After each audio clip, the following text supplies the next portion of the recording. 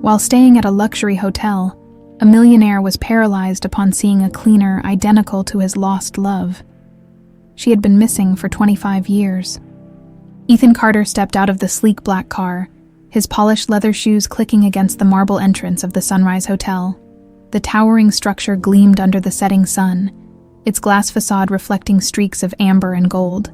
The hotel was famous for its exclusivity, catering to the elite with promises of discretion and comfort. For Ethan, who rarely ventured outside the confines of his private estate, this was unfamiliar territory. His life, typically isolated by design, revolved around boardrooms, private jets, and the company of the few people he trusted. But tonight was different. An international business conference of critical importance had brought him here. His assistant had assured him that the Sunrise Hotel would provide the privacy he valued, far removed from prying eyes and unnecessary distractions. Ethan wasn't particularly fond of staying in hotels. The transient nature of it, the impermanence, had always felt unsettling. Still, he had agreed to this arrangement. He had, more out of necessity than preference. Inside the grand lobby, chandeliers hung like frozen cascades of crystal, their light reflecting off marble floors polished to a mirror-like sheen. A subtle scent of jasmine lingered in the air, and the soft hum of classical music played in the background. The concierge greeted him with a practiced smile. "Welcome to the Sunrise Hotel, Mr. Carter," she said warmly. "We trust your stay will be exceptional." Ethan gave a curt nod, not one for small talk. After confirming his suite, he made his way to the elevator, his mind already preoccupied with the high-stakes meetings scheduled for the following day. Dinner that evening was a formal affair in the hotel's exclusive restaurant.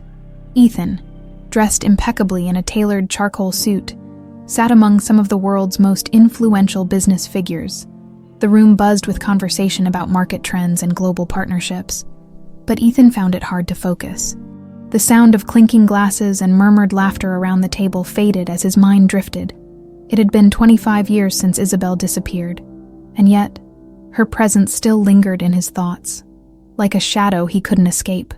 The last time he had seen her was during that fateful trip, her laughter echoing in his ears, the warmth of her hand in his. And then, in a single moment, she was gone.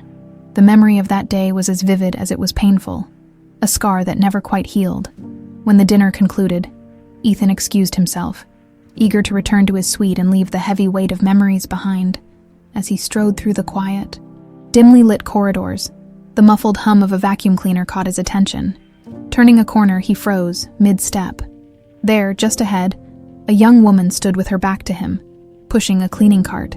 Her uniform, crisp and neat, seemed almost too formal for the simplicity of her task for a moment.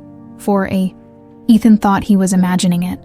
The posture, the way her dark hair curled softly at the nape of her neck, it was hauntingly familiar.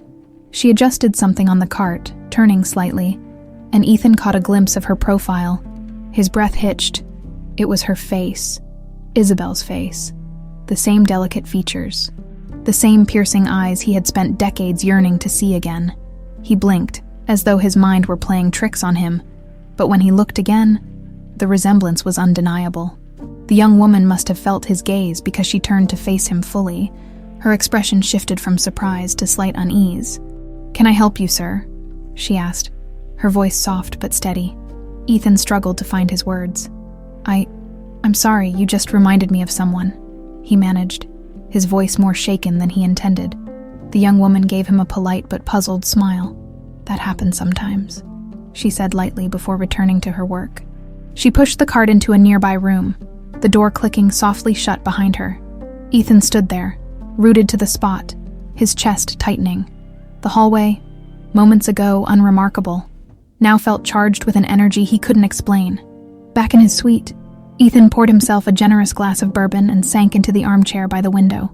Outside, the city lights sparkled against the dark sky, but his focus was elsewhere. His mind raced, replaying the moment over and over. The way she turned, the angle of her jaw, the glint in her eyes. It was too much of a coincidence. Ethan reached for his phone and dialed his assistant, Richard. "Richard," he said, his voice low and steady. "I need you to look into someone for me." "Of course, Mr. Carter. Who is it?" Richard replied, accustomed to his boss's unusual but precise demands. There's a young woman working here at the Sunrise Hotel. She's a cleaner. I need to know everything about her. Name, background, whatever you can find. Richard hesitated briefly. Understood. I'll get on it right away. Ending the call, Ethan set the phone on the table and leaned back. His fingers tapped against the side of his glass as the weight of his thoughts bore down on him. He knew he was treading on irrational territory. He had spent years coming to terms with Isabelle's disappearance, convincing himself to move forward. Yet, tonight had reopened a door he thought was permanently shut. He stared out the window, the city's glow reflecting faintly in his eyes. Somewhere, buried beneath layers of reason and doubt, a tiny ember of hope flickered to life. Could Isabelle still be alive? The morning sunlight streamed through the floor-to-ceiling windows of Ethan's suite, casting golden patterns on the polished hardwood floor. Ethan stood near the window, his coffee untouched on the table behind him. His thoughts were elsewhere, tangled in the events of the previous night. The young woman's face haunted him, a living echo of Isabelle. He had spent hours dissecting every moment, trying to convince himself that it was just a bizarre coincidence. Yet, deep down, he couldn't shake the feeling that fate had led him here. A knock on the door interrupted his reverie. Ethan crossed the room and opened it to find Richard, his assistant, standing there with a tablet in hand. Richard, as efficient as ever, had clearly spent the night gathering information. "I have the details you asked for, sir," Richard said, stepping inside. He swiped through a few screens on his tablet before handing it to Ethan. "Her name is Margaret Hall. She's 24 years old and has worked at the Sunrise Hotel for the past 2 years. Before that, she grew up in an orphanage in Savannah." "An orphanage?" Ethan repeated, his brows furrowing as he scanned the sparse information. "Yes," Richard confirmed. "It seems she doesn't know much about her origins. No records of parents or family, only that she was found abandoned as a baby near the outskirts of Savannah. She's lived a quiet, unremarkable life, at least on paper." Ethan's grip on the tablet tightened. An orphan with no known history. The coincidence was too glaring to ignore. His mind raced with possibilities, each more impossible than the last. Could Margaret somehow be connected to Isabelle? Could she have been part of the life he never had the chance to share with the woman he loved? "Did you find anything else?" Ethan asked, his tone sharp with urgency. Richard hesitated. "Not yet, but I can dig deeper, but I can dig. Do you want me to reach out to the orphanage?" Ethan shook his head, handing the tablet back. "Not yet. I'll handle this myself for now." Richard nodded, sensing the weight of whatever was stirring in Ethan's mind. "If you need anything, just let me know." Once Richard left, Ethan sat down on the edge of his bed. His head in his hands, he was venturing into dangerous territory, reopening old wounds that had never fully healed. But the pull was irresistible. Margaret wasn't just a random stranger who happened to look like Isabelle. There was something about her, something he couldn't explain. Determined, Ethan decided to speak to Margaret directly. He needed answers, and she was the only one who could provide them. Later that afternoon, Ethan wandered through the hotel's hallways, his usual composed demeanor replaced with a restless energy. It didn't take long to find Margaret. She was in the same corridor as the night before, meticulously cleaning a row of brass fixtures near a suite door. Her uniform was neat, her dark hair pulled back into a simple ponytail. She moved with quiet efficiency, completely unaware of the storm of questions brewing in Ethan's mind. "Margaret," he said, his voice calm but firm. She turned, startled, her eyes meeting his. "Yes, sir." For a moment, Ethan was at a loss for words. Up close, the resemblance was even more striking. Her features mirrored Isabelle's so perfectly that it made his chest tighten. "I wanted to apologize for last night," he said finally. "I didn't mean to make you uncomfortable." Margaret blinked, caught off guard by the sincerity in his tone. "It's okay. I just wasn't expecting, well, that kind of reaction." Ethan hesitated, unsure of how much to reveal. "You remind me of someone I knew a long time ago." Margaret offered a polite smile, but there was a flicker of curiosity in her eyes. "Really? That's unusual, I guess." "Unusual doesn't even begin to cover it," Ethan muttered, more to himself than to her. He studied her for a moment, weighing his next words carefully. "Margaret, can I ask you something personal?" Her brow furrowed slightly, but she nodded. "I guess so." "Do you know much about your family, your past?" he asked, keeping his tone as gentle as possible. Margaret's expression softened into something closer to sadness. "Not really. I grew up in an orphanage. They told me I was found as a baby, but no one ever came looking for me." She paused, glancing down at her hands. "I guess it's just something I've learned to live with." Ethan's pulse quickened. The pieces were starting to align, but the picture they formed was almost too overwhelming to process. "I see," he said quietly. He wanted to press further, to ask about every detail of her life, but he could sense she wasn't ready for that. Instead, he reached into his pocket and pulled out a business card. "If you ever want to talk more about it, I'd like to help." Margaret hesitated before taking the card. "That's kind of you, thank you." Ethan nodded, his mind already racing ahead. The more he learned, the more convinced he became that Margaret's story was intertwined with his own, but there was still so much he didn't know, so much he needed to uncover. As Margaret returned to her work, Ethan walked away, his resolve hardening. He wasn't just chasing a resemblance anymore. He was chasing the truth. Ethan spent the rest of the day pacing his suite, his thoughts racing as he tried to make sense of what he'd learned. Margaret's story was too eerily aligned with Isabelle's disappearance to be a coincidence. He needed something concrete, something that could tie her to the past he had been forced to leave behind. By early evening, Ethan decided to take another step. He called Richard again. "Richard," he said as soon as the line connected, "I need you to find out everything you can about the orphanage where Margaret grew up. I want names, records, anything they have on her." "Understood, Mr. Carter. I'll start digging immediately," Richard replied, his voice steady.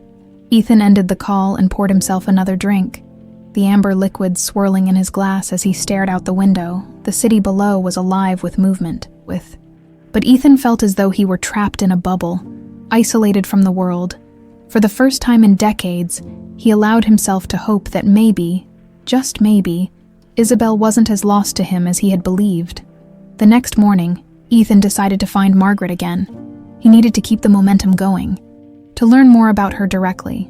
After a brief inquiry with the hotel staff, he discovered she was assigned to clean the East Wing that day. He made his way there, his steps purposeful, but his mind a chaotic storm of questions. Margaret was in the hallway, as expected, dusting the ornate light fixtures that lined the walls. She glanced up as he approached, her expression a mix of curiosity and nervousness. "Mr. Carter?" she greeted politely, setting down her duster. "Did you need something?"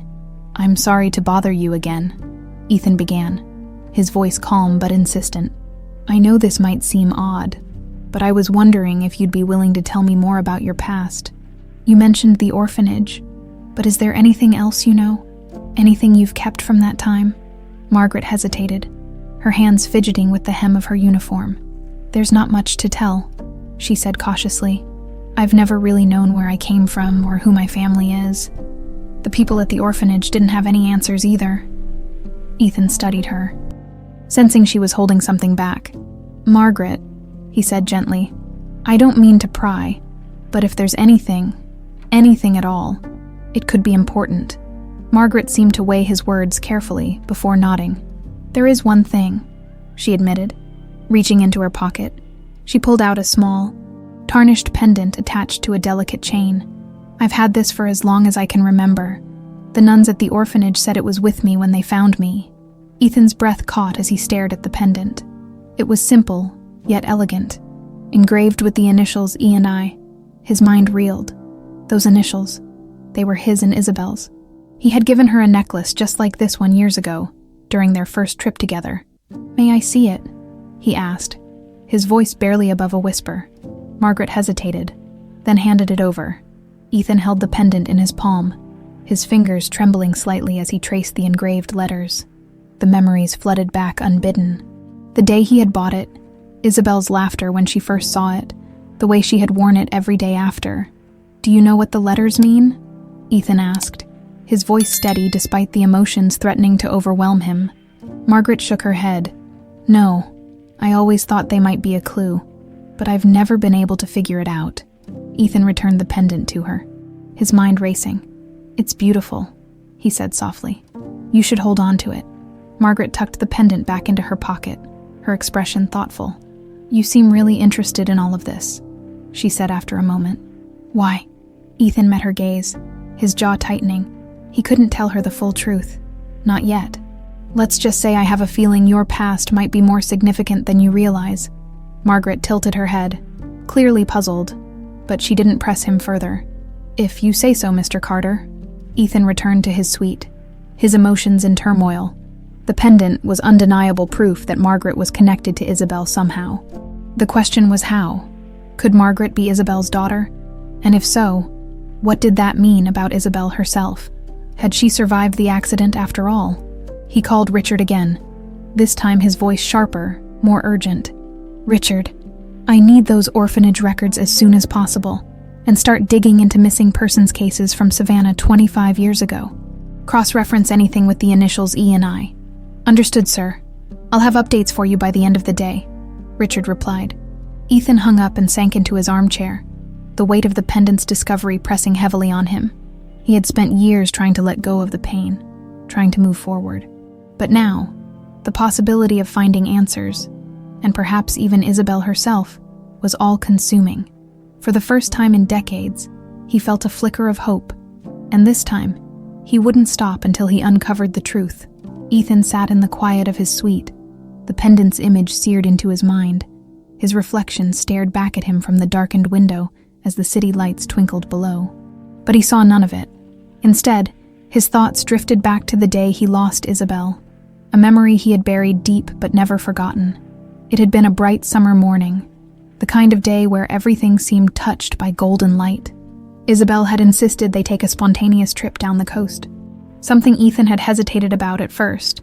His work schedule was packed, and taking a few days off felt irresponsible. But Isabelle's laughter, the way she tugged on his hand with that irresistible smile, it had melted his resolve. "Come on," she had teased, her green eyes sparkling. "The world won't stop turning if you leave for a few days." "I promise." Ethan had relented. And for those brief days, he had felt alive in a way his relentless pursuit of success never provided. They drove for hours along winding coastal roads, the windows down and the ocean breeze whipping through Isabelle's hair. She had been radiant, leaning out the window to feel the wind, her scarf fluttering behind her like a banner. Then, everything changed in an instant. The crash came out of nowhere. Ethan had swerved to avoid a deer darting across the road, the car skidding on loose gravel before slamming into a tree. When he came to, Isabelle was gone. The passenger door hung open, her scarf tangled in the brush nearby. Ethan stumbled from the wreck, calling her name into the dense woods. He searched for hours, his voice growing hoarse, but there was no sign of her. The authorities arrived and the search intensified. Helicopters circled overhead. Search dogs combed the area. Days turned into weeks, and still, nothing. No body, no clues. Just Isabelle's scarf and the pendant he had given her. It had been 25 years, and the questions still haunted him. Why hadn't they found her?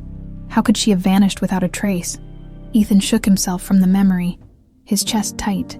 The pendant Margaret carried. It was no coincidence. He was sure of it now. Somehow, it had ended up with her, and that meant there was more to the story than he had ever imagined. His phone buzzed on the table, pulling him from his thoughts. It was Richard. "I found something," Richard said without preamble. The orphanage records list Margaret as arriving there around 25 years ago, found near the outskirts of Savannah. There's no birth certificate or identifying information, just a note that she was found wrapped in a blanket with that pendant. Ethan's grip on the phone tightened. And the missing persons cases. "There's a match." "Sir," Richard continued, "Isabelle's disappearance was logged in the national database at the time, and the timeline aligns. The location where Margaret was found is less than 30 miles from the crash site." Ethan exhaled sharply, his heart pounding. The pieces were falling into place, but the picture they formed was almost too much to comprehend. "What about Isabelle?" Ethan asked, his voice quieter now. "Was there anything else?" "Not yet," Richard admitted, "but I'm expanding the search. If Isabelle survived, there might be medical records or other evidence. I'll keep you updated." "Good. Keep digging," Ethan said before hanging up. He leaned back in his chair, his mind spinning. If Margaret was connected to Isabelle, then finding her might be the key to solving the mystery that had haunted him for decades. The next morning, Ethan found Margaret in the staff lounge, taking a short break between her duties. She looked up as he entered, surprise flickering across her face. "Mr. Carter," she said, setting her coffee cup down. "I wasn't expecting to see you here. I was hoping to talk to you," Ethan said, his tone gentler now. He sat across from her, his gaze steady. "I know I've been asking a lot of questions, but I think there's something important about your past. Something you deserve to know." Margaret's brow furrowed. "What do you mean?" Ethan hesitated, searching for the right words. "That pendant you carry? It belonged to someone I cared about deeply. She disappeared a long time ago, and I think there might be a connection between her and you." Margaret stared at him, confusion and disbelief mingling in her expression. "You think I'm connected to this person, how?" "I don't know yet," Ethan admitted. "But the timing, the location, even the pendant, it all lines up. I need to find out the truth, and I think you might be the key." Margaret leaned back, her arms crossed as she processed his words. "I don't know, Mr. Carter. I've spent my whole life not knowing where I came from, and honestly, I stopped hoping for answers a long time ago." "I understand," Ethan said softly. "But don't you want to know if there's even a chance that this could lead to something meaningful? Wouldn't it be worth exploring?" Margaret looked away, her fingers absent-mindedly brushing against the pocket where she kept the pendant. After a long moment, she sighed. "Maybe," she said quietly, "but I don't even know where to start." Ethan leaned forward, his voice firm but kind. "Let me help. I have resources, connections, things that could make a difference. All I ask is that you trust me." Margaret studied him for a long moment, her guarded expression softening slightly. "Okay," she said finally. "I'll give it a chance." Ethan nodded, relief washing over him. It wasn't just about finding Isabelle anymore. It was about giving Margaret the answers she deserved. And maybe, just maybe, finding the closure he had been searching for all these years. Ethan's private car sped along the highway, leaving the bustling city behind as he and Margaret headed toward Savannah. The morning was crisp, the sun casting a golden hue over the fields and scattered trees that lined the road. Ethan sat in silence, his thoughts churning as Margaret stared out the window, her fingers absently clutching the pendant that had sparked the journey. Margaret was skeptical, unsure if this trip would provide any answers, but a part of her, buried beneath years of unanswered questions, clung to the possibility that Ethan might be right. If there was even a sliver of a chance to uncover her origins, she had to take it. Their first stop was the orphanage where Margaret had spent her childhood. The building was a modest brick structure, its paint peeling and its sign faded. Ethan felt a pang of unease as they approached, his usual composure giving way to a mix of anticipation and dread. The door creaked open to reveal an elderly woman with kind eyes and a gentle smile. She introduced herself as Sister Eleanor, one of the nuns who had cared for Margaret years ago. "Margaret," the nun said warmly, her voice tinged with nostalgia. "It's been so long. Look at you, so grown up." Margaret smiled nervously. "It's good to see you again, sister. This is Mr. Carter. He's helping me look into my past." Sister Eleanor's gaze shifted to Ethan, her expression curious but welcoming. "Come in, both of you. Let's see what we can find." They followed her into a small office lined with old file cabinets and faded photographs of children who had passed through the orphanage over the decades.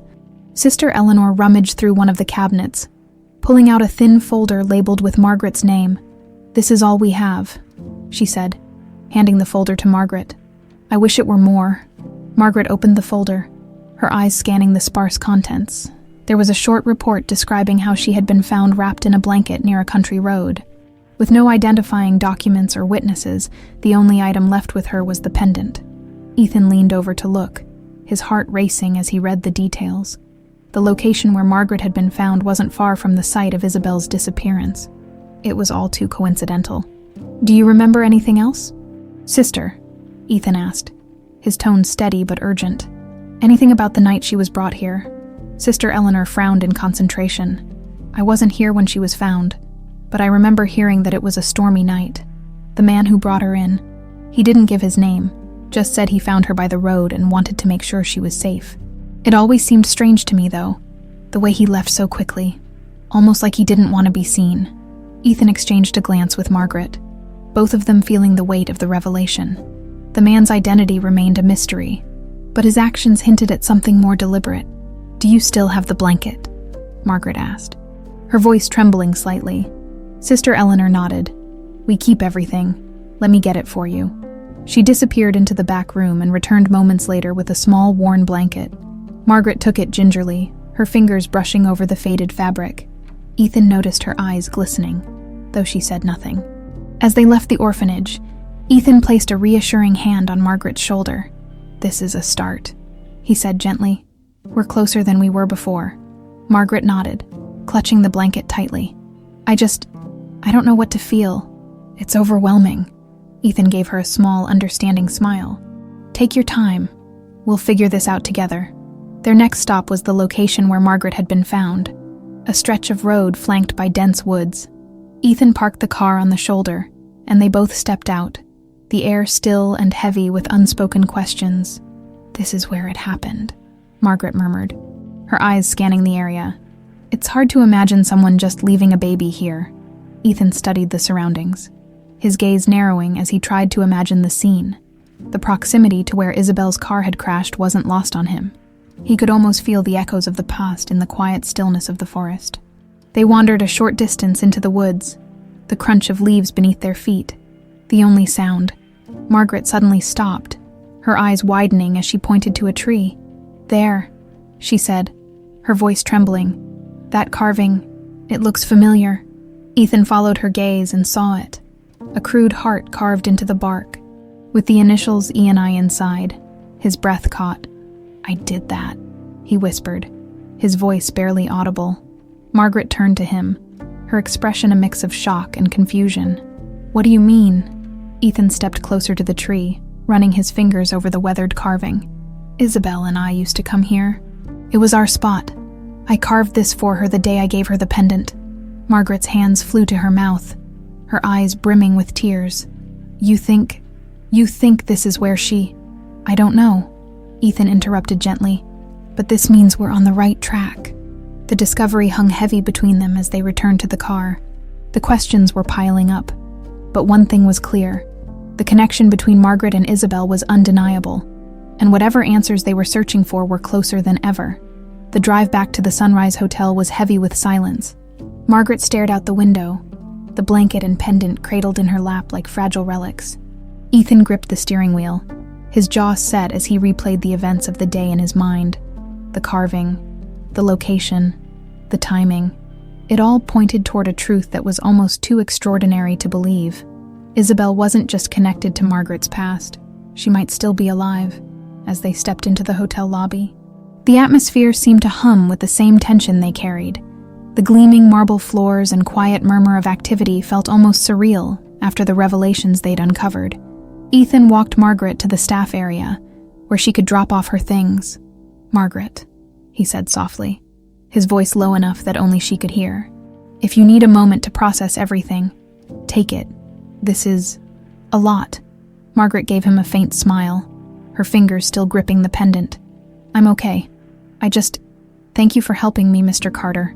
I don't think I could have done this alone." He nodded, his throat tightening. There was a weight in her gratitude, a sense of shared purpose that only deepened his resolve. He watched her disappear into the staff area before turning toward the hotel restaurant.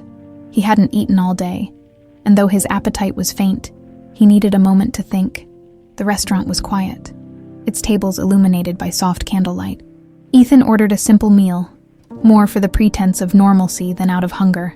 As he sipped his water, his eyes scanned the room absently, until they stopped at the far end of the kitchen. Partially visible through the swinging doors was a woman. She moved gracefully, her hands deftly plating dishes. Her hair was shorter than he remembered, streaked lightly with gray, but her posture, her movements, they struck a familiar chord. Ethan froze, his heart pounding. He leaned forward slightly, his breath catching in his chest as she turned. For a fleeting moment, their eyes met, and he felt the world tilt on its axis. It was Isabelle. The shock sent a wave of heat through his body, followed by a chill. She looked different, aged by time, but there was no mistaking her. The woman who had haunted his dreams for 25 years was standing just feet away, alive and seemingly unaware of the life she had left behind. Ethan's first instinct was to rush toward her, to call her name and demand an explanation, but something held him back. What if she didn't recognize him? What if she didn't remember anything? He couldn't risk startling her, not when they were so close to answers. Margaret returned to the dining area moments later, spotting Ethan's pale face and wide eyes. "Mr. Carter, are you okay?" she asked, her voice tinged with concern. Ethan turned to her, his voice tight.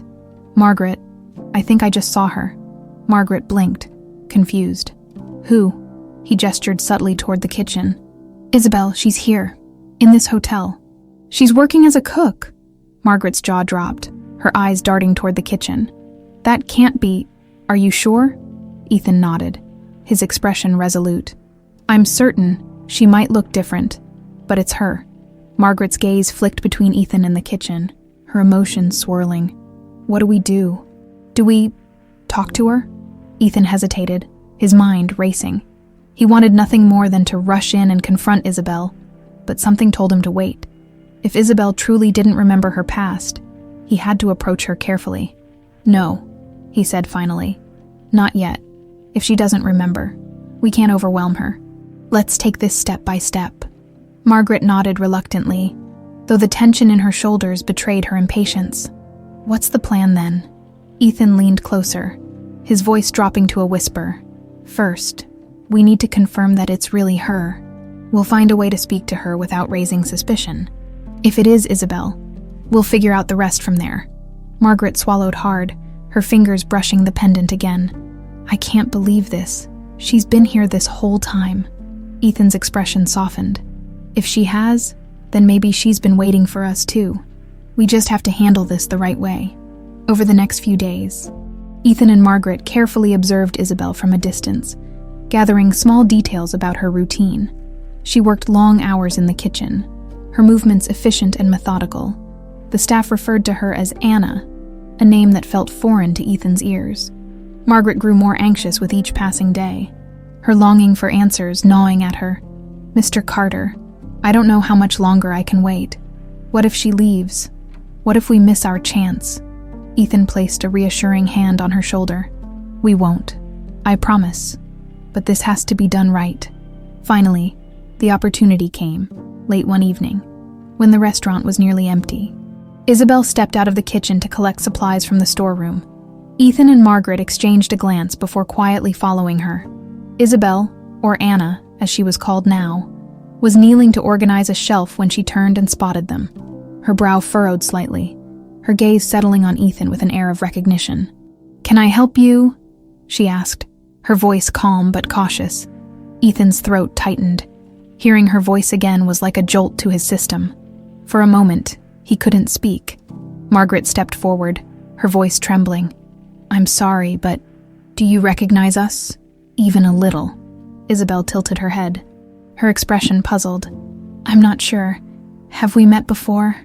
Ethan stepped closer, his voice steady but filled with emotion. "You may not remember me, but I think you're someone I lost a long time ago." Isabelle's confusion deepened, but there was a flicker of something in her eyes, something that hinted at a memory buried deep. The storeroom felt suffocatingly small as Ethan stood before Isabelle, his heart pounding in his chest. For a moment, no one spoke. Margaret hovered behind him, clutching the pendant in her trembling hand, while Isabelle, or Anna, as the hotel staff knew her, watched them both with a mix of confusion and guarded curiosity. "I'm sorry," Isabelle said, breaking the silence. Her voice was soft, yet firm, as though she were trying to steady herself. "I think you've mistaken me for someone else." Ethan's breath hitched. He had expected this, prepared himself for it even. But hearing those words stung more than he could have imagined. The woman standing before him, the love of his life, had no idea who he was. "Please," Ethan said, his voice low and measured, though emotion threatened to spill over. "Just hear me out. You look exactly like someone I knew, someone I lost a long time ago." Isabelle frowned, her eyes darting between him and Margaret. "I don't understand. Who are you?" Ethan took a step closer, his gaze locked on hers. "My name is Ethan Carter. 25 years ago, I was with someone. Someone I loved more than anything in this world. Her name was Isabelle, and you looked just like her." The mention of the name made Isabelle blink. A flicker of something. Confusion, recognition, or maybe even fear, crossing her face. She looked away, shaking her head as though trying to clear her thoughts. I don't know who you think I am," she said hesitantly. "My name is Anna. I've been here for years. I don't remember anything about an Isabelle." Margaret stepped forward, her voice trembling but insistent. "I think you might be her, and if you are, you might be connected to me too." Isabelle's brow furrowed deeply as she turned her attention to Margaret. "What are you talking about?" Margaret hesitated, then reached into her pocket and pulled out the pendant. She held it out for Isabelle to see. "This was found with me when I was a baby. I grew up in an orphanage, and I've never known who my parents were. But Mr. Carter says this belonged to someone named Isabelle. If that's true, then you might be my mother." Isabelle stared at the pendant, her face unreadable. Slowly, she reached out and took it, her fingers brushing over the tarnished surface. Her lips parted slightly, as though she were on the verge of saying something, but no words came. Ethan watched her intently, his chest tightening with every passing second. "Does it mean anything to you?" he asked gently. "Do you recognize it?" Isabelle turned the pendant over in her hands, her expression distant. "I don't know," she murmured. "It feels familiar, but I don't know why." Margaret's voice broke through the tension. "Do you remember anything about your past, before you came here?" Isabelle's hands tightened around the pendant as she closed her eyes. "Not really," she admitted. "I've tried to remember, but it's all a blur. The earliest thing I can recall is waking up in a small house outside Savannah. A family took me in. They said I'd been found after some kind of accident. I couldn't even remember my name." Ethan's throat tightened. The timeline matched perfectly. The location, the pendant. Everything was falling into place. Yet Isabelle's fragmented memories were like shards of a puzzle that refused to come together. "What happened to the family who took you in?" Ethan asked, his voice soft. "They passed away a few years ago," Isabelle replied, her gaze dropping to the floor. "I stayed with them as long as I could, but after they were gone, I needed to find work. That's how I ended up here." Margaret stepped closer, her voice tinged with both hope and fear. "Do you think it's possible that you're Isabelle? That you're my mother?" Isabelle stared at Margaret, her eyes shimmering with unshed tears. "I don't know," she whispered. "I don't remember, but something about all of this feels right, like it could be true." Ethan felt his chest tighten. The woman he had searched for, grieved for, was standing before him, and yet she was still out of reach. But there was hope, a fragile thread connecting them all. He had to believe it was enough. "Let us help you," Ethan said, his voice firm but kind. "There are ways to find out for sure. A DNA test could give us answers." Isabelle hesitated, her fingers still clutching the pendant.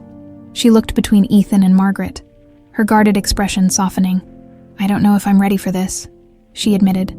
What if I'm not who you think I am?" Ethan stepped closer, his gaze unwavering. "Then we'll know the truth. But if you are, this could be the chance to find the family you didn't know you had." Margaret nodded, her voice trembling. "Please, Anna, or Isabelle, or whoever you are, just give this a chance. If there's even a small chance that we're connected, don't you want to know?" For a long moment, Isabelle said nothing. The room was heavy with anticipation, the air thick with unspoken emotions. Finally, she let out a shaky breath and nodded. "All right," she said quietly. "We can do the test." Relief washed over Ethan and Margaret like a tidal wave. They exchanged a glance, their shared hope palpable. "We'll figure this out together," Ethan said, his voice steady. No matter what, as they left the storeroom, the weight of the decision settled over them all. The test would bring answers that could either unite them or leave them grappling with more questions. But for the first time in years, Ethan felt a spark of hope, and he held on to it tightly. The days that followed were filled with nervous anticipation. Ethan, Margaret, and Isabelle, now caught in a web of tentative connections, waited for the results of the DNA test. For Ethan, each passing moment felt like an eternity. His mind oscillated between hope and fear. Margaret, while outwardly calm, struggled with her own emotions. the possibility of finally finding her mother a bittersweet mix of excitement and dread. Isabelle, however, was the most unsettled. Though she had agreed to the test, doubts gnawed at her. She couldn't reconcile the life she knew, a life filled with gaps and fleeting memories, with the possibility that she was the woman Ethan and Margaret believed her to be. She spent her free moments pacing her small apartment, the pendant clutched tightly in her hand as if it could somehow unlock the answers she needed. The test results arrived 3 days later. Ethan had arranged for them to be delivered to the hotel directly. He, Margaret, and Isabelle gathered in his suite, the envelope resting on the coffee table like an uninvited guest. Margaret fidgeted in her chair, her hands clasped tightly together. "Should we open it?" she asked, her voice barely above a whisper. Ethan glanced at Isabelle, his gaze steady but questioning. "Are you ready?" Isabelle hesitated, then nodded slowly. "Let's get it over with." Ethan picked up the envelope, his hands steady despite the storm raging inside him. He carefully tore it open, unfolded the papers, and scanned the results. His breath caught, and his hands trembled ever so slightly as he lowered the document. "It's true," he said softly, his voice thick with emotion. "Isabelle, you're Margaret's mother." Margaret's gasp broke the silence. Tears welled in her eyes as she turned to Isabelle, her expression a mixture of joy and disbelief. "You're really my mom." Isabelle stared at Ethan, then at Margaret, her lips parted in silent shock. I don't know what to say," she murmured, her voice trembling. Margaret couldn't hold back any longer. She leaned forward, taking Isabelle's hands in her own. "You don't have to say anything," she said, her tears spilling freely. "I've been waiting my whole life to find you, just knowing you're here. It's enough." Isabelle's composure cracked, and tears slid down her cheeks as she pulled Margaret into a tight embrace. The two women clung to each other, their shared grief and joy flowing freely. Ethan watched, his own eyes misting as a sense of completeness settled over him for the first time in decades, as the initial wave of emotion subsided. Questions began to surface. Isabelle wiped her tears and looked at Ethan, her brow furrowed. "But how? How did this happen? How did I lose you both?" Ethan took a deep breath, his voice measured as he began to recount the events of that fateful day. "We were on a trip, just the two of us. There was an accident. I lost control of the car, and when I woke up, you were gone. We searched for weeks, but there was no trace of you. I thought you had. I thought you were dead." Isabelle listened intently, her expression shifting between sadness and confusion. "I don't remember any of that," she admitted. "The earliest memory I have is waking up in a strange house. A couple took me in. They said they found me wandering near the road, hurt and disoriented. I didn't know who I was or where I came from." Margaret leaned forward, her voice gentle. "And you never remembered anything, not even small details?" "Nothing clear," Isabelle said, shaking her head. "Just flashes, images that didn't make sense. And then I started over. I didn't have a choice." Ethan's jaw tightened. "They didn't try to find out who you were. They didn't report you to the authorities." "They told me they did," Isabelle replied, her voice uncertain. "But now, I don't know. Maybe they were afraid. Maybe they thought it was easier to keep me than to involve anyone else." The room fell into a heavy silence as they absorbed her words. Ethan's mind churned, piecing together the fragmented story. The couple who found her had good intentions, perhaps, but their actions had stolen decades of what could have been. Later that evening, Ethan and Margaret sat together on the balcony of his suite, watching the city lights twinkle against the night sky. Isabelle had retreated to her apartment, overwhelmed by the flood of emotions. "Do you think she'll ever remember everything?" Margaret asked, her voice soft. "I don't know," Ethan admitted. "But even if she doesn't, we know the truth now. That's what matters." Margaret nodded, her gaze distant. "It's strange. I've spent so many years wondering who I was, where I came from, and now that I know, I feel like I'm meeting a stranger." "She's not a stranger," Ethan said gently. "She's your mother, and you're giving her something she's been missing too. You're giving her a connection to the life she lost." Margaret smiled faintly, her fingers brushing the pendant that now rested around her neck. "I hope she feels that way." "She does," Ethan said with quiet certainty. "You can see it in her eyes." They sat in comfortable silence for a while longer, the weight of the day slowly giving way to a sense of cautious hope. There were still many questions to be answered, many wounds to heal, but for the first time in years, they had a foundation to build on. In her apartment, Isabelle sat alone, turning the pendant over in her hands. Her memories were still a fog, but one thing was clear. She wasn't alone anymore. She had a daughter, a family, a second chance. A tear slid down her cheek as she whispered into the quiet room. Margaret. The name felt foreign yet familiar, like something she had always known but couldn't place. For the first time, she allowed herself to believe that she might not have to face the world alone anymore. The following days were a delicate balancing act for everyone involved, while the DNA results had confirmed the truth. The emotional complexities of reconnecting weighed heavily on Ethan, Margaret, and Isabelle. It wasn't as simple as embracing the newfound bond and moving forward. There were decades of separation, unanswered questions, and fractured memories to confront. Ethan spent most of his time strategizing how to help Isabelle recover the missing pieces of her past.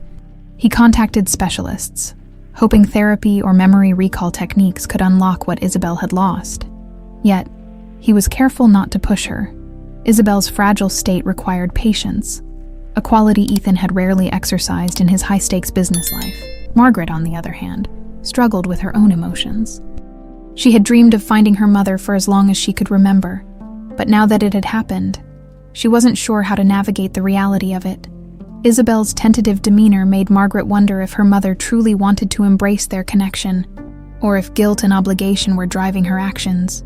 In the hotel's cafe, Margaret sipped her tea while Ethan sat across from her, reviewing some notes he had jotted down. The air between them was quiet, but charged with unspoken tension. "Do you think she regrets finding out the truth?" Margaret asked suddenly, breaking the silence. Ethan set his notes down, meeting her gaze. "Why would you think that?" Margaret shrugged, tracing the edge of her cup with her finger. "She seems so distant. I know she's overwhelmed, but I don't know. Sometimes it feels like she's pulling away instead of leaning in." Ethan leaned forward, his voice steady but empathetic. "It's not easy for her, Margaret. Imagine waking up one day and realizing the life you've been living wasn't yours to begin with. That kind of shock takes time to process." "I get that," Margaret said softly. I've wanted this for so long. I don't want to lose her now that I've finally found her." "You're not going to lose her," Ethan assured her. "She's here, and she's trying. That's what matters." Margaret nodded, though her heart still felt heavy with uncertainty. Meanwhile, Isabelle found herself retreating more often than she intended. She spent hours walking the quiet paths around the hotel, her thoughts swirling as she tried to reconcile the pieces of her fractured identity. The pendant now hung around her neck again, its weight both comforting and daunting. One afternoon, she wandered into the small park behind the hotel, finding a secluded bench beneath a sprawling oak tree. Sitting there, she closed her eyes and let the warm breeze wash over her face. She tried to summon memories, any memory, but the harder she tried, the further they seemed to slip away. "Isabelle," a voice said gently, pulling her from her thoughts. She opened her eyes to find Ethan standing a few feet away, his expression soft. He hadn't called her by her old name since their initial confrontation in the storeroom, respecting her hesitance to fully accept it. The sound of it now startled her, though not unpleasantly. "Can I sit?" he asked. She nodded, and he lowered himself onto the bench beside her. For a moment, neither of them spoke. The distant sound of children playing and birds chirping filled the silence between them. "I know this is hard for you," Ethan began, his voice measured, "and I don't want to push you into anything you're not ready for, but I also don't want you to feel like you have to go through this alone." Isabelle glanced at him, her eyes tinged with doubt. "I appreciate that, but I don't even know who I am. How can I move forward with Margaret? With you, if I don't know where I fit into all of this?" Ethan exhaled, his gaze steady. "You're not defined by the gaps in your memory. You're Isabelle, or Anna, or whoever you choose to be. What matters is that you have people who care about you now. Margaret is here. I'm here. That's a start." Isabelle's lips quirked in a faint smile. "You make it sound so simple." "It's not simple," Ethan admitted, "but it's worth it." They sat in companionable silence for a while longer before Isabelle finally spoke again, her voice soft. "Do you think Margaret is disappointed in me?" Ethan turned to her, his brow furrowed. Disappointed, why would you think that? She's been waiting her whole life for this, Isabelle said, her hands twisting the pendant nervously. And here I am, a mess who can't even remember the first moment I held her. How do I live up to that? Ethan placed a hand over hers, stilling her anxious movements. You don't have to live up to anything. Margaret doesn't need you to be perfect. She just needs you to try. Isabelle nodded, though the doubt lingered in her eyes. I'll try, she said quietly. For her.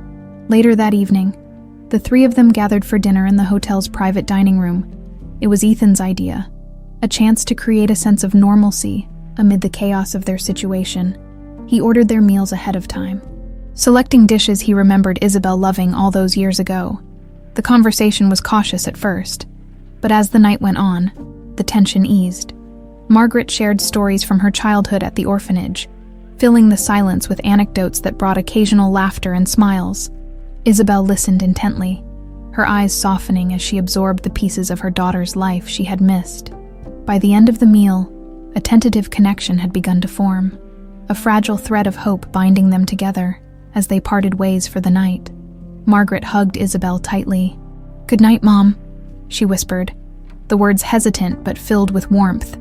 Isabelle froze for a moment, then returned the embrace, her voice trembling as she replied, "Good night, Margaret." Ethan watched them, a quiet sense of satisfaction settling over him. It wasn't perfect, but it was progress. The days following their shared dinner felt lighter, as if an invisible weight had begun to lift from all their shoulders. Though the road ahead was still uncertain, Ethan, Margaret, and Isabelle found themselves cautiously navigating their newfound bond. The quiet tension that once lingered between them was replaced with the beginnings of understanding. One sunny morning, Ethan invited Margaret and Isabelle to join him for a day outside the hotel. He had arranged a trip to a nearby botanical garden, hoping the peaceful environment would foster a sense of connection. At first, Isabelle hesitated. She wasn't sure if she was ready for another step forward. But when Margaret looked at her with hopeful eyes, she agreed. The gardens were sprawling and vibrant, a maze of colorful blooms and winding paths shaded by towering oaks. Isabelle walked beside Margaret, their conversation light but steady. Ethan trailed behind, content to observe the bond forming between them. For the first time in decades, he felt something close to peace. Margaret paused near a bed of lavender, crouching to take in the fragrant scent. "This reminds me of the fields behind the orphanage," she said, glancing at Isabelle. "There was this one spot where wild lavender grew. I used to sit there for hours when I needed to think." Isabelle smiled faintly, kneeling beside her. "It's beautiful," she murmured, brushing her fingers over the delicate stems. "I'm glad you had places like that." Margaret hesitated, then turned to face her mother fully. "I always wished you were there. Every time I sat in that field, I'd imagine you finding me, taking me home. It's what kept me going." Isabelle's breath hitched, her eyes glistening as she reached out to take Margaret's hand. "I'm so sorry you had to go through that," she said softly. "If I had known, if I could have remembered, I would have come for you." Margaret squeezed her hand, her voice trembling. "I know, and now we have this chance, that's what matters." Ethan watched from a distance, his chest tightening at the sight. He had always known Margaret was strong, but seeing her offer forgiveness so freely was humbling. Isabelle, too, was finding her way, piece by piece. It was more than he could have hoped for. Later that afternoon, the three of them sat together on a shaded bench overlooking a sparkling pond. Isabelle, for the first time, shared snippets of her life as Anna, the family who had taken her in, the quiet years spent learning to cook, and the solace she found in the simplicity of her new world. "It wasn't much," she admitted, her gaze distant. "But it was safe. I didn't know what I'd lost, so I didn't know to miss it." Margaret leaned forward, her expression thoughtful. "Do you miss it now, that life?" Isabelle hesitated, then shook her head. "No, it was all I knew then. But now I feel like I've been given something better. Something real." Ethan smiled at her words, his voice warm as he spoke. "You have, and we're here for you, Isabelle, for whatever comes next." Isabelle's lips curved into a tentative smile, her heart swelling at the sincerity in his voice. For the first time, She allowed herself to believe that she could belong to something more than the shadows of her fragmented past. That evening, back at the hotel, Ethan decided it was time to share a piece of their old life with Isabelle. He invited her and Margaret to his suite, where he had prepared something special. On the coffee table sat a small box, its worn edges a testament to its age. "I've kept this with me all these years," Ethan said as he opened the box, revealing a collection of photographs and trinkets. "It's everything I had left of you, Isabelle." Isabelle stared at the contents, her fingers trembling as she reached for a photograph. It was a candid shot of her and Ethan, her laughter frozen in time as he leaned toward her with a playful grin. The memory was faint, like a whisper, but it was there. "I remember this," she murmured, her voice barely audible. "We were at the lake." Ethan nodded, his heart aching at the flicker of recognition in her eyes. "You always loved that spot." Margaret leaned closer, her gaze shifting between the photo and her mother. "You look so happy." "We were," Ethan said softly. "It wasn't perfect, but it was ours." Isabelle's eyes filled with tears as she picked up a small shell from the box. "I found this on the beach that day. You teased me because I insisted on keeping it. I never stopped hoping you'd come back for it," Ethan admitted. Isabelle clutched the shell tightly, her tears falling freely now. "I wish I could remember more. I want to remember it all." Margaret placed a comforting hand on her mother's shoulder. "You will," she said with quiet certainty. "We'll help you." As the night wore on, the three of them sat together, sharing stories and piecing together fragments of the life they had lost. It wasn't perfect, but it was a start, a foundation for something new. For the first time, Isabelle felt a glimmer of hope that the past didn't have to define her.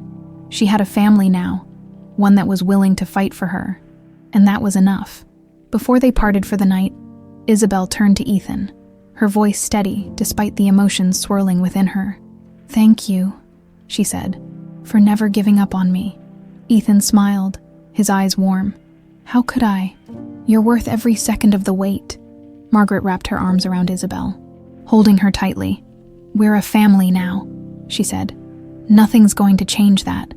As Isabelle returned the embrace, she allowed herself to believe it.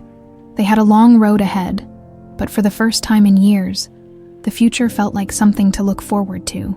The morning air was crisp and full of promise, as sunlight poured through the large windows of the Sunrise Hotel's private dining room. Ethan had arranged one final breakfast for himself, Margaret, and Isabelle before their time together at the hotel came to a close. Today wasn't just another gathering. It was a celebration of the family they had rediscovered, and a look toward the life they were ready to build together. Isabelle, seated between Ethan and Margaret, felt a strange but comforting sense of belonging. For years, she had lived in quiet solitude, her life a series of routines with no clear purpose. Now, she was surrounded by two people who, despite the weight of time and unanswered questions, had accepted her without hesitation. "I can't believe it's been a week," Margaret said, pouring herself a glass of orange juice. "It feels like everything has changed, and yet, like it's exactly how it's supposed to be." Ethan nodded, a small smile playing on his lips. "That's because it is. We found what we thought we lost." Isabelle looked down at her hands, her fingers brushing the pendant now resting against her chest. "I still don't know how to make up for all the time we've lost," she admitted. "I don't know how to be the mother Margaret deserves." Margaret reached over, her hand resting gently on Isabelle's. "You don't have to make up for anything," she said softly. "You're here now, and that's all I've ever wanted." Isabelle's eyes glistened with tears, and she squeezed Margaret's hand in gratitude. For the first time, she allowed herself to believe that the pieces of her past didn't need to be perfect for her to move forward. After breakfast, the trio decided to take one last walk through the hotel gardens. The lush pathways were alive with color, the flowers in full bloom as if reflecting the new life they had found in each other. Isabelle walked slowly, her steps deliberate as she took in the vibrant scenery. Margaret stayed close by, while Ethan trailed a few steps behind, content to watch the two women he cared for more than anything in the world. They stopped near a quiet pond, the surface glinting like glass in the morning sun.